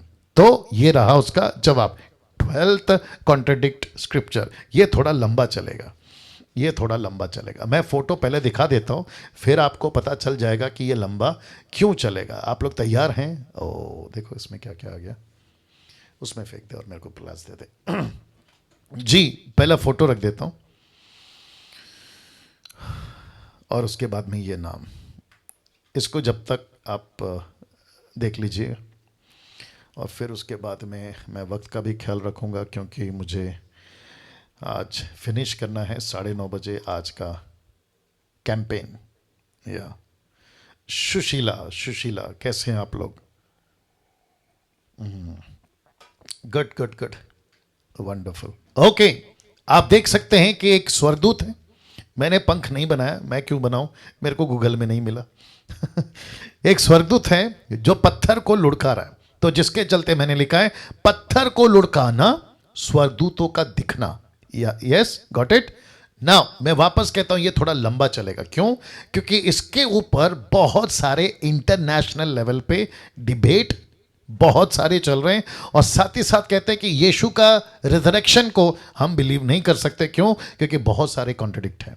तो सबसे पहले आइए देखते हैं मत्ती का 28 का 1 से 10 तक क्या कहता है, फिर मरकुस क्या कहता है, लूका क्या कहता है, यूहन्ना क्या कहता है। मैं एक एक करके वो जो पार्ट है ना, हिस्सा टुकड़ा, उतना पहले पढ़ देता हूं, तो मेरे साथ में बैर करिए, बर्दाश्त करिए, ठीक है ना। आइए सुनते क्या लिखा है। सबत के पहले दिन, सबत के दिन के, सप्ताह के पहले दिन, याद रखो, सबत के दिन के बाद, सप्ताह के पहले दिन, not on the Sabbath, after the Sabbath, ठीक है ना। पहले दिन प फटते ही मरियम मगदलीनी और दूसरी मरियम कब्र को देखने आई। वचन 2, देखो एक बड़ा भूडोल हुआ, भूकंप, अर्थक्वेक हुआ, क्योंकि प्रभु का एक स्वर्गदूत स्वर्ग से उतरा, ऊपर से उतरा, और पास आकर उसने पत्थर को लुढ़का दिया और उस पर बैठ गया। याद रखना, मैं फिर भी रखूंगा लेकिन आप लोग भी याद रखिएगा। उसका रूप बिजली का सा, उसका वस्त्र पाले के नाई उज्जवल था, जो दानियल ने भी देखा था। वचन 4, उसके भय से पहरुए कांप उठे, मूर्तक समान हो गए, बेहोश हो गए, मूर्तक हो गए, नीचे गिर गए, XYZ। वचन 5, स्वर्गदूत ने स्त्रियों से कहा कि तुम मत डरो। किसने कहा? स्वर्गदूत ने स्त्रियों से कहा। याद रखो, प्लूरल है, नॉट सिंगुलर। इसका मतलब है एक से ज्यादा महिलाएं, ठीक है ना। वचन 5 को कंप्लीट कर रहा, मैं जानता हूं कि तुम यीशु को जो क्रूस पर चढ़ाया गया था ढूंढती हो। वचन आगे रखने से पहले आप फोटो देख लीजिएगा ताकि आपको थोड़ा सा कनेक्ट हो जाए कि मैं क्या बात कर रहा हूं। स्वर्गदूत आता है, पत्थर को लुढ़काता है, उसके ऊपर बैठ जाता है और महिलाओं से दूसरे फोटो में बात कर रहा होता है, और नीचे देखे सिपाही मूर्तक सा गिरा पड़ा है। Got it? ना वचन 7 लिखा है, शीघ्र और शीघ्र जाकर उसके चेलों से कहो कि वह मृतकों में से जी उठा है। क्योंकि अभी आपने क्या पढ़ा, मैं जानता हूं कि तुम यीशु को जो क्रूस पर चढ़ाया गया था ढूंढते हो। तो वचन 7 क्या कहता है, शीघ्र जाकर उसके चेलों से कहो कि वह मृतकों में से जी उठा है, और देखो वह तुमसे पहले गलील को जाता है, वहां उसका दर्शन पाओगे। देखो मैंने तुमसे कह दिया, मेरा ड्यूटी था, मैंने तुमसे कह दिया। और वे भय और बड़े आनंद के साथ कब्र से शीघ्र लौटकर उसके चेलों को समाचार देने के लिए दौड़ गई। कौन? स्त्रियां। क्या करूं, बोलूं नहीं बोलूं? एक ऐसा माहौल है यहां पे, पुरुष घर के अंदर दुबक के बैठे हैं, लेकिन लेडीज, महिलाएं, स्त्रियां डंके की चोट पे सड़क पे आ गई और यीशु मसीह का काम कर रही हैं। और स्वर्गदूत भी महिलाओं से बात कर रहे हैं। स्वर्गदूत ने ऐसा नहीं कहा पीटर को बुलाओ, तुम तो लेडीज हो, जॉन को बुलाओ, तुम तो लेडीज हो, तुमको क्यों बात करें, तुम्हारी तो आ रही है ना बात समझ में। तो स्वर्गदूतों ने ऐसा नहीं कहा। इसका मतलब है कुछ मूर्ख लोग हैं मसीह समाज में जो महिलाओं को सेवा काय करने नहीं देते। देखो तुम्हारा यहाँ पे पोस्टमार्टम हो रहा है। वापस आते हैं, भय और बड़े आनंद के साथ कब्र से शीघ्र लौटकर उसके चेलों को समाचार देने के लिए दौड़ गई। वचन 9, देखो यीशु उन्हें मिला। क्या बात है, देखो यीशु उन्हें मिला और कहा सलाम, और उन्होंने पास आकर उसके पांव पकड़कर उसको दंडवत किया। तब यीशु ने उनसे कहा, मत डरो, मेरे भाइयों से जाकर कहो कि गलील को चले आए, जहां वहां मुझे देखेंगे, जाएं वहां मुझे देखेंगे। देखो स्वर्गदूतों ने भी महिलाओं का इस्तेमाल किया, यीशु खुद भी, आगे बोल दीजिए, महिलाओं का इस्तेमाल कर रहा है। तो मुझे नहीं समझ में आता है इन बुद्धिजीवों को क्या हो गया। एनीवे आगे बढ़ूंगा। मरकुस के हिसाब से 16 का 1 से 8, वचन 1, जब सबत का दिन बीत गया तो मरियम मगदलिनी, याकूब की माता मरियम, सलोमी ने सुगंधित वस्तु में मोल ली कि आकर उस पर मलें, डेड बॉडी के ऊपर, क्योंकि उनको नहीं पता था कि यीशु जी उठने वाला है। चेलों को पता था, वो तो घर पे बैठे। एनीवे वचन 2, सप्ताह के पहले दिन बड़ी भोर, जब सूरज निकला ही था, वे कब्र पर आई, आपस में कहती थी कि हमारे लिए कब्र के द्वार पर से पत्थर कौन हटाएगा या लुढ़काएगा। वचन 4, जब उन्होंने आंख उठाई तो देखा कि पत्थर तो लुढ़का हुआ है। It is already been done, पहले से हटा दिया गया, क्योंकि वह बहुत ही बड़ा पत्थर था, बहुत बड़ा पत्थर था। वचन 5, जब और कब्र के भीतर जाकर, अभी ये ब्लैक में जो स्पॉट किया ना उसके ऊपर देखना, उन्होंने एक, नॉट दो, एक लिखा है, एक जवान को श्वेत वस्त्र पहने हुए दाहिनी ओर बैठे देखा और बहुत चकित हुए। उसने उनसे कहा, चकित मत हो, तुम यीशु नासरी को जो क्रूस पर चढ़ाया गया था ढूंढती हो, वह जी उठा है, यहां नहीं है। देखो यही वह स्थान है जहां उन्होंने उसे रखा था। तो ये जो सफेद कपड़ा वाला जवान है, ये यीशु नहीं है। ये कौन है? ये स्वर्गदूत है, और लेकिन एक है। ओके, आगे बात करते हैं, इसको भी ध्यान में रखना। परंतु तुम जाओ और उसके चेलों पतरस से कहो कि वह तुमसे पहले गलील को जाएगा, जैसे उसने तुमसे कहा था वही वह उसे देखोगे। वचन 8, वे निकलकर कब्र से भाग गईं, क्योंकि कपकपी, मतलब क्या बोलते हैं ना, शिवरिंग, डर, कपकपी घबराहट उन पर छा गई थी। उन्होंने किसी से कुछ ना कहा क्योंकि डरती थी, रास्ते में किसी से ना कहा क्योंकि वो डरती थी। अब ये फोटो देख लीजिए, यीशु जी उठा है, स्वर्गदूतों ने कहा, और ये फोटो आपको कनेक्ट करने के लिए मैंने रखा है, लूका का 24 का 1 से 12। आइए इसको भी पढ़ते हैं। परंतु सप्ताह के पहले दिन बड़े भोर को वे सुगंध वस्तुओं को जो उन्होंने तैयार की थी लेकर कब्र पर आई। उन्होंने पत्थर को कब्र से लुढ़का हुआ पाया। यहां पे ऑलरेडी पत्थर लुढ़का हुआ है, सिर्फ मत्ती में नहीं लुढ़का था, वहां फ्रेशली हटाया गया था, लेकिन यहां ऑलरेडी, और मरकुस में ऑलरेडी लुढ़का हुआ है। भीतर जाकर प्रभु यीशु की लौथ नहीं पाई या नहीं देखा। वचन 4, जब वे इस बात से भौचक्के हो रहे थे तो देखो दो पुरुष पहला कितना था? एक, अभी कितना है?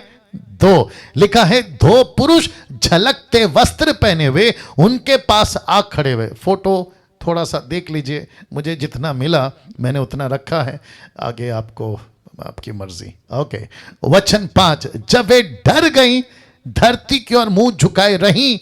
अब ऑब्वियस है ना, स्वर्गदूत को देखने के बाद में किसकी हिम्मत होगी बात करने की। तो लिखा है वो डर गई, धरती की ओर मुंह झुकाई रही।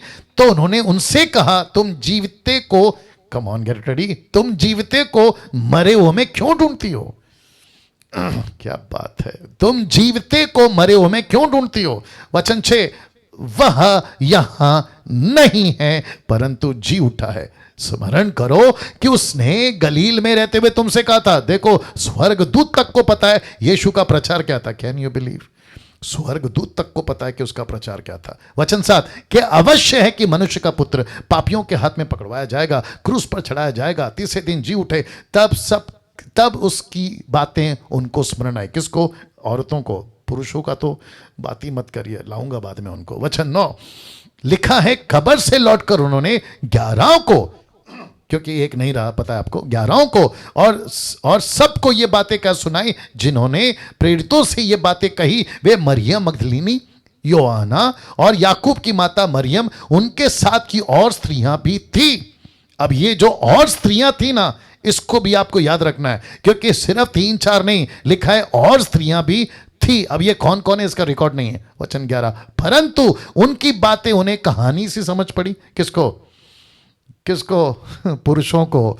किसको? पतरस को। किसको? यूहन्ना को। गजब है साहब, बेड़ा गर्क हो गया। वचन 12, तब पतरस उठकर कब्र पर दौड़ गया, झुककर केवल कपड़े देखे और जो हुआ था उसे अचंबा करता हुआ अपने घर वापस चला गया। कुछ नहीं किया, नो रिएक्शन, नथिंग, चुपचाप घर चला गया। अभी यूहन्ना के हिसाब से 1 से 12 तक, 20 का 1 से 12, सप्ताह के पहले दिन मरियम मगदलीनी भोर को अंधेरा रहते कब्र पर है। अब यहां पर एक ही लेडीज है, नॉट मेनी, ओनली वन आती है, कब्र पर आती, पत्थर को कब्र से हटा हुआ देखा, पत्थर को कब्र से ऑलरेडी हटा हुआ देखा।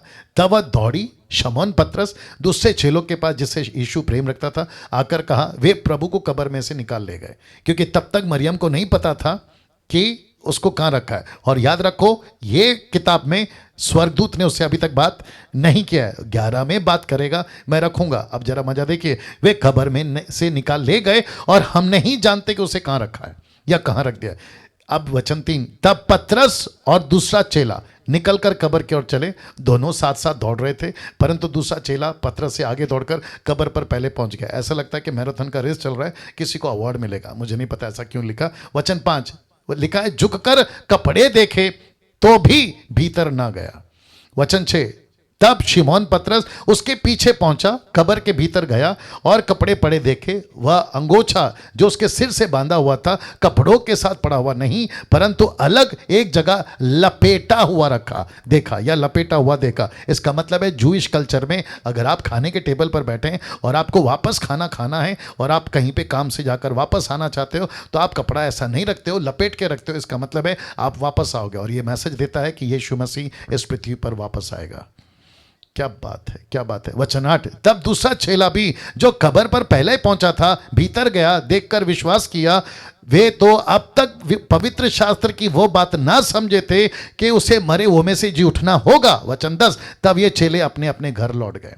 वचन 11, अब एंट्री होती है स्वर्गदूत की। परंतु मरियम रोती हुई कब्र के पास बाहर खड़ी रही गई। वाह मरियम रोती हुई, लिखा है कब्र के बाहर खड़ी रहे, खड़ी रहे और रोते कब्र के बाहर झुककर 2 स्वर्गदूतों को उज्जवल कपड़े पहने हुए, एक को सिरहाने दूसरे को पैताने, मतलब राइट लेफ्ट बैठे देखा, जहां यीशु की बॉडी या पार्थिव शरीर रखी थी या पड़ी थी। उन्होंने उससे कहा, हे नारी तू क्यों रोती है? ध्यान दीजिएगा, हे नारी तू क्यों रोती है? उसने उससे कहा, वे प्रभु को उठा ले गए, मैं नहीं जानती कि उसे कहां रखा है। फोटो दिखा रहा हूं सिर्फ आपको बताने के लिए कि ऐसा कब्र वहां पे खाली था। अब एक साथ रख रहा हूं, कोशिश करिए। मती के हिसाब से पत्थर को हटाते हुए साक्षात देखा, एक ही स्वर्गदूत था। मरकुस के हिसाब से पत्थर पहले से ही लुढ़का हुआ था। उन्होंने एक जवान को श्वेत वस्त्र पहने हुए दाहिनी और बैठे देखा। लूका के हिसाब से पत्थर लुढ़का हुआ ही था, जहां दो स्वर्गदूत है। यूहन्ना के हिसाब से यहां भी पत्थर लुढ़का हुआ ही था, यहां भी दो स्वर्गदूत है। अब मुझे बताइए, अगर मुझ जैसे, आप जैसे पवित्र आत्मा से भरे, परमेश्वर के वचन को, ज्ञान को लेके चलने वाले अगर सही शिक्षक नहीं होंगे तो मुझे प्लीज बताइए, ठोकर खाएंगे कि नहीं खाएंगे? पक्का खाएंगे। और किसके धोखे में आ जाएंगे? कभी मुस्लिम्स तो कभी सनातन धर्म वाले, जो कभी ऐसे लोग हैं जो बाइबल और मसीह को पसंद नहीं करते, उनके धोखे में आएंगे और कन्वेंस हो जाएंगे कि यार सच में कितना गड़बड़ है। तब जाकर मेरी मजबूरी है, मैं ये लिख बैठा हूं क्योंकि मैं इसका खुलासा करूंगा। लिखा है यहां क्या हो रहा है और यहां इतना कॉन्ट्रडिक्ट क्यों? Question mark. तो आप सब तैयार हैं? आपके बीच में आंसर देने जा रहा हूं। ओके, तो थोड़ा सा टफ है, आपको माथा खर्चा करना पड़ेगा, आपका दिमाग इसमें डालना पड़ेगा ताकि मेरे साथ साथ आप भी समझ सकें, क्योंकि मैंने बहुत मेहनत करी है इस कॉन्सेप्ट को आपके सामने क्लियर करने के। तो आंसर इज, देखिए, स्वर्गदूत एक हो या दो हो या तीन हो, क्या फर्क पड़ता है?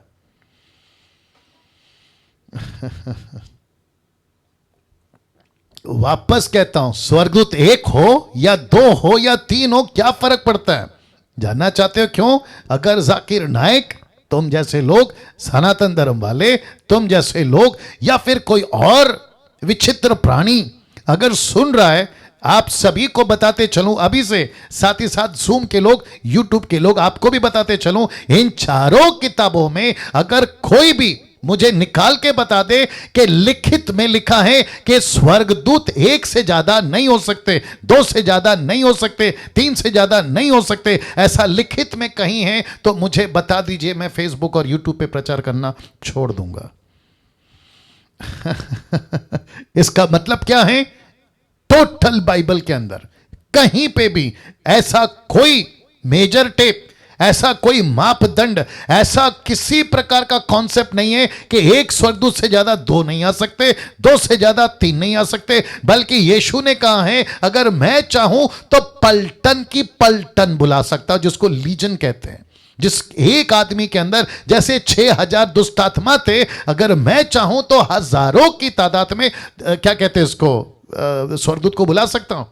तो फिर कहता हूं, आंसर इज एक स्वर्गदूत हो, दो हो, तीन हो, हजार हो, क्या फर्क पड़ता है? दूसरा कॉन्सेप्ट रख रहा हूं, पत्थर तो लुढ़काना ही था, चाहे पहले लुढ़काओ, औरतों के आने के बाद लुढ़काओ, आने से पहले लुढ़काओ, पत्थर तो लुढ़काना ही था। अब जरा लाल वाली लाइन पढ़ लीजिए, स्त्रियां एक ही बार कब्र में गई, ये कोई रिकॉर्ड थोड़ी ना है। स्त्रियां एक ही बार कब्र में गई, ये कोई रिकॉर्ड तो नहीं है ना बाइबल में कि औरतें सिर्फ एक बार गई, वो सुबह गई, 1 घंटे के बाद फिर गई, 2 घंटे के बाद फिर गई, हो सकता है कि रात में गई। इसका कोई रिकॉर्ड है? कैसे बोल सकते हैं फिर? ऐसा भी हो सकता है कि एक औरतें या कुछ औरतें तब गई जब स्वर्गदूत नीचे उतरा, कुछ औरतें तब गई, कम ऑन गेट रेडी, जब पत्थर ऑलरेडी लुढ़क चुका। लिखा है ना, मार्था है, मरियम है, सलोमी है, और साथ में क्या है, याद आ गया, कई स्त्रियां, बहुत स्त्रियां। तो हम कैसे पता लगाएं कि कौन सा रिपोर्ट 20 साल बाद जब ये 4 किताबें लिखी गई, कौन सा रिपोर्ट क्या दे रहा है? अब इसको देखो, जवान, उज्जवल वस्त्र, 2 पुरुष, यीशु के पैदा होने से लेकर जी उठने तक अलौकिक। ये अलौकिक हिंदी शब्द ठीक है या इसमें गड़बड़ है? आई थिंक गड़बड़ है या ठीक है? ओके, अलौकिक बातें होती रही। यीशु के पैदा होते समय स्वर्गदूत थे, यीशु के 40 दिन के फास्टिंग में लूका 4 के हिसाब से स्वर्गदूत थे, गतसमनी के बाग में स्वर्गदूत थे, लिखा है कि वो उसकी सहायता कर रहे थे। ऐसे कितने सारे एंजल्स पृथ्वी के ऊपर यीशु के टाइम पे आकर अपना अपना काम कर रहे थे। तो क्यों नहीं हो सकता? अच्छा, कहते हैं कि जवान का जिक्र है, तो क्यों, किसने कहा कि स्वर्गदूत बुढ़ा होता है? फिर लिखा है उज्जवल वस्त्र, तो क्या काला कपड़ा पहनेंगे लूसीफर की तरह? यह बात अलग है कि लूसीफर भी काला कपड़ा नहीं पहनता, क्योंकि पौलुस इसका खुलासा करता है। तो स्वर्गदूत कौन सा कपड़ा पहनेंगे? उजाला। फिर लिखा है 2 पुरुष, तो फिर प्रश्न उठेगा, एक्स चैप्टर 1 वर्स 10 एंड 11 में यीशु का जब स्वर्गारोहण हो गया तो वहां पे कितनों पुरुषों का जिक्र है? 2 पुरुष। ये 2 पुरुष कौन है? हो सकता है कि एलिया हो सकता है कि हनोक हो सकता है कि एलिया मूसा हो, या फिर हनोक और मूसा हो, अपने को नहीं पता। क्योंकि यीशु कहता है मैं यहां की बात नहीं, मैं वहां की बात कर रहा हूं। और मैंने कल कहा था जितना लिखा है उतना काफी है। अगर बात नहीं समझ में आती है आगे बढ़ो, खेल खत्म। एक पहलू आपको और समझाता हूं, या आपको समझना होगा। तैयार है? मजा आएगा। ले लो। यहूदा धोखा देकर मर चुका था, पतरस 3 बार इनकार कर चुका था, बाकी चेले भाग गए थे। कहां लिखा है? निकालो। मरकुस का किताब उसका 14 का 50। मुझे प्लीज थोड़ा सा बर्दाश्त करिए। मैं जानता हूं कि 9 बज चुके हैं, लेकिन किसी की मैं आज 12 बजाऊंगा।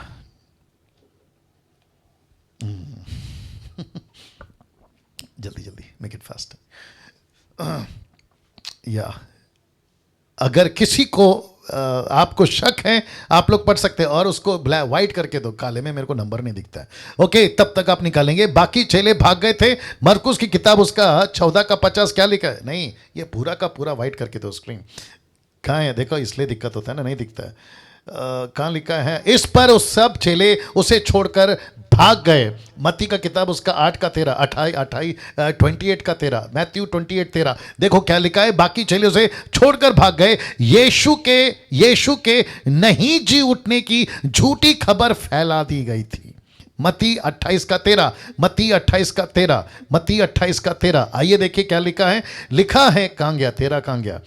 तुमने ऊपर यह 28 का 13 लिखा है, यह कहना कि रात को जब हम सो रहे थे तो उसके चेले उसे चुरा ले गए। तो इसका मतलब है कि ये टोटल केओस, ये टोटल गड़बड़ी। 4 किताब पढ़ते वक्त में इतना कॉन्ट्रडिक्ट क्यों? यहूदा धोखा देकर मर चुका था, पतरस 3 बार इनकार कर चुका था, बाकी चेले यीशु को छोड़कर भाग चुके थे, यीशु की झूठी कहानी जी उठने की फैला दी चुकी थी। अब इसको देखो, जब चेलों को खबर मिली, मुसीबत देखो कितनी है, गड़बड़ देखो कितना है। जब 3 दिन के बाद चेलों को निकलना खबर मिली स्त्रियों के द्वारा, तो खुद चेलों ने विश्वास नहीं किया। मत्ती का 28 का 13 निकाल के रखना, मरकुस का 16 का 11, लूका का 24 का 11, यूहन्ना का 20 का 9। मैं देता हूं। मरकुस का 28 का 17 देखो क्या कहता है 17। उन्होंने उसके दर्शन पाकर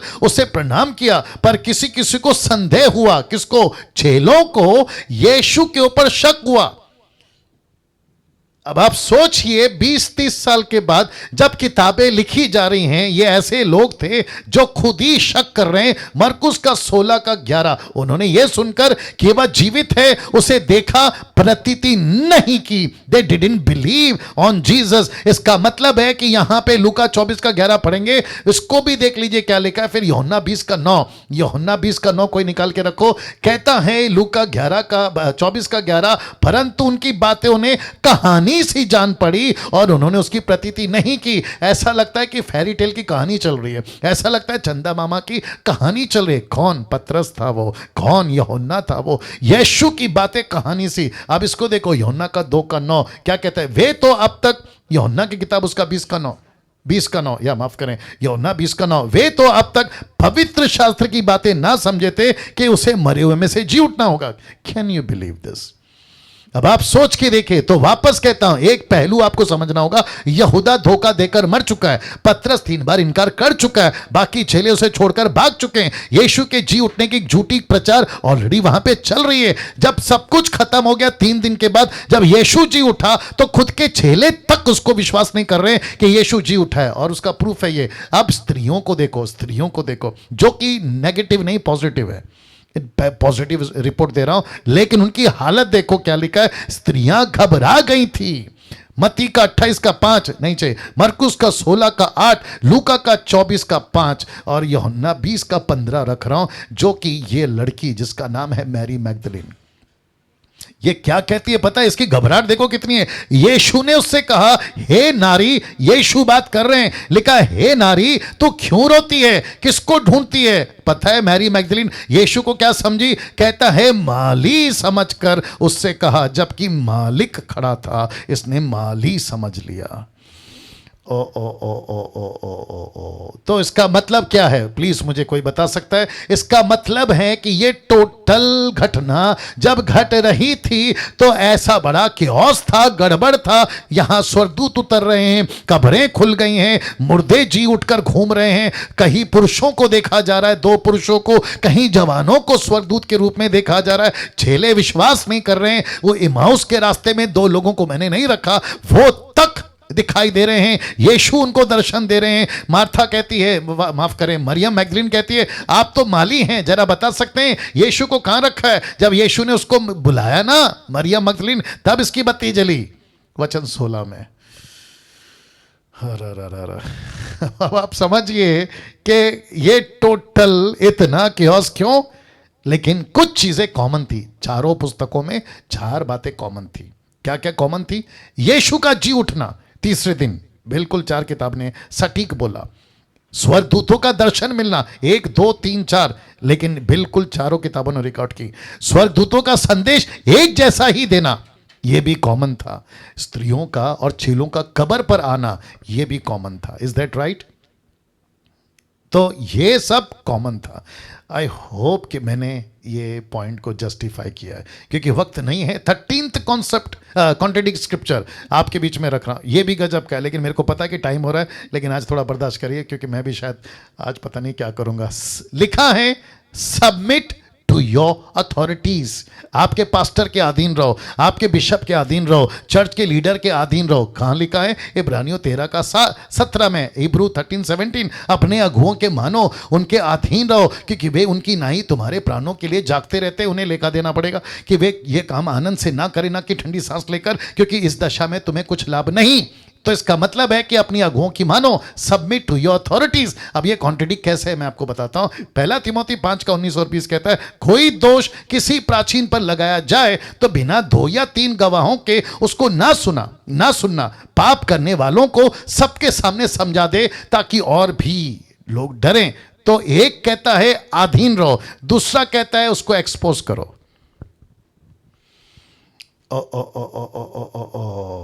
एक कहता है उसको रिस्पेक्ट करो, एक कहता है वो जो भी करता है उसके अधीन रहो। लेकिन वही पौलुस कहता है तिमोथी 3 का 5 का 19 और 20 में, अगर वो गलती करता है सबके सामने लाओ, वो अगर गलती करता है, पाप करता है, सबके सामने लाओ। Can you believe this? अब मुझे प्लीज बताएं ये क्या है? आ रही है ना बात समझ में? तो इसका मतलब है आधीन नहीं रहना है, सबमिट नहीं होना है। लेकिन अगर वही आधीन और वही सबमिट वाला पास्टर, फोटो रख देता हूं वाला, अगर यही पास्टर यीशु के खिलाफ जा रहा है, यीशु के अगेंस्ट जा रहा है, बाइबल के अगेंस्ट जा रहा है, तो फिर आपका आधीन रहने का कोई मतलब है? प्लीज बता दीजिए। कोई मतलब नहीं है।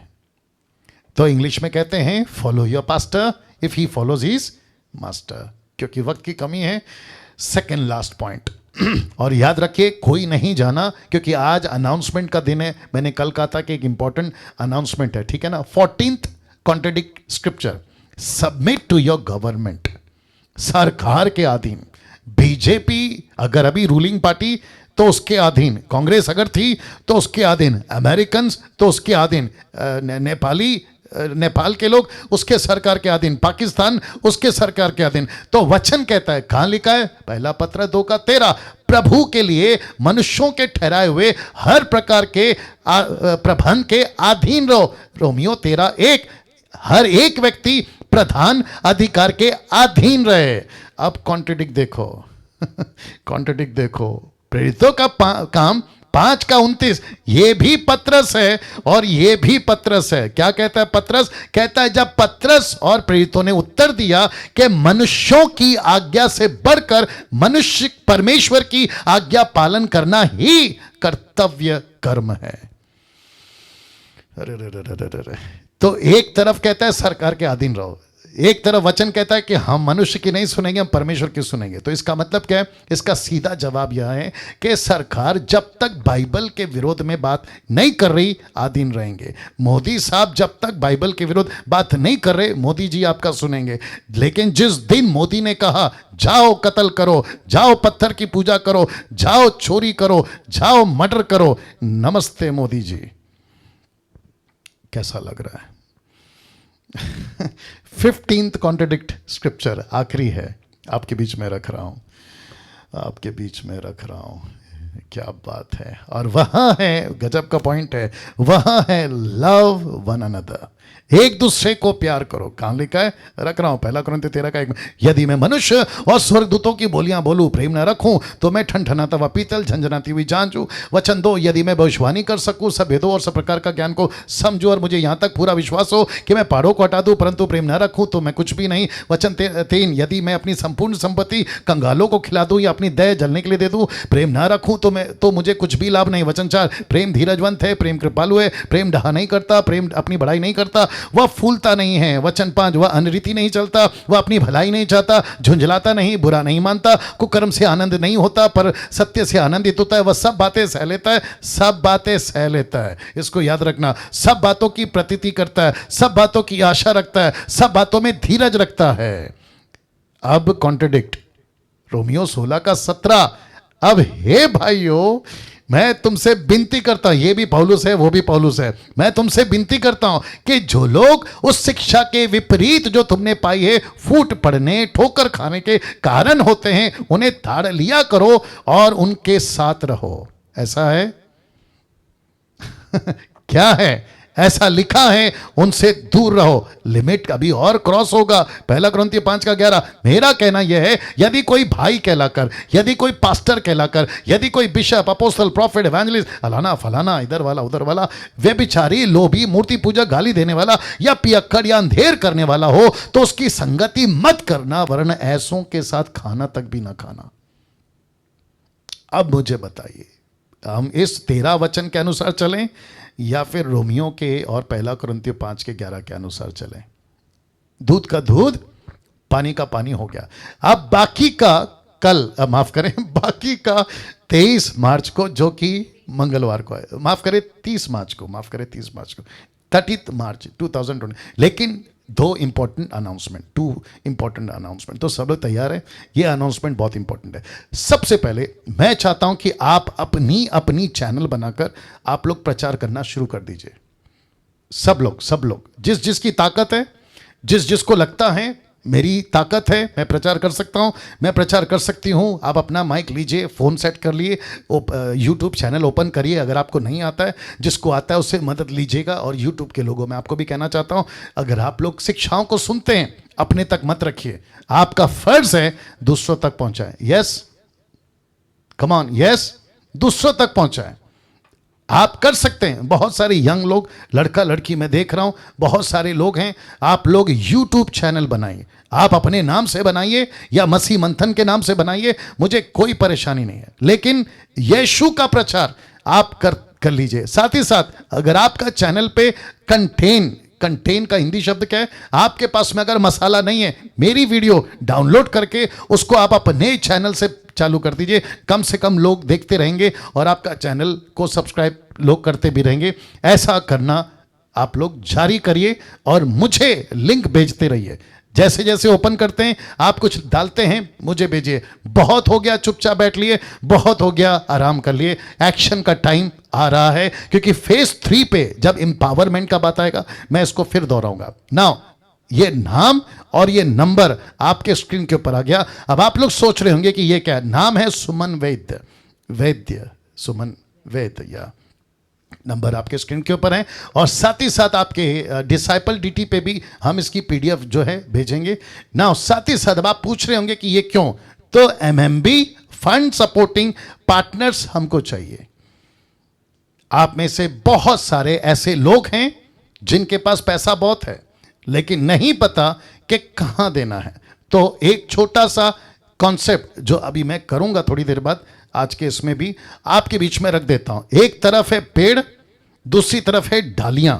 रिपीट करता हूं, एक तरफ है पेड़ और दूसरी तरफ है डालियां, प्लूरल।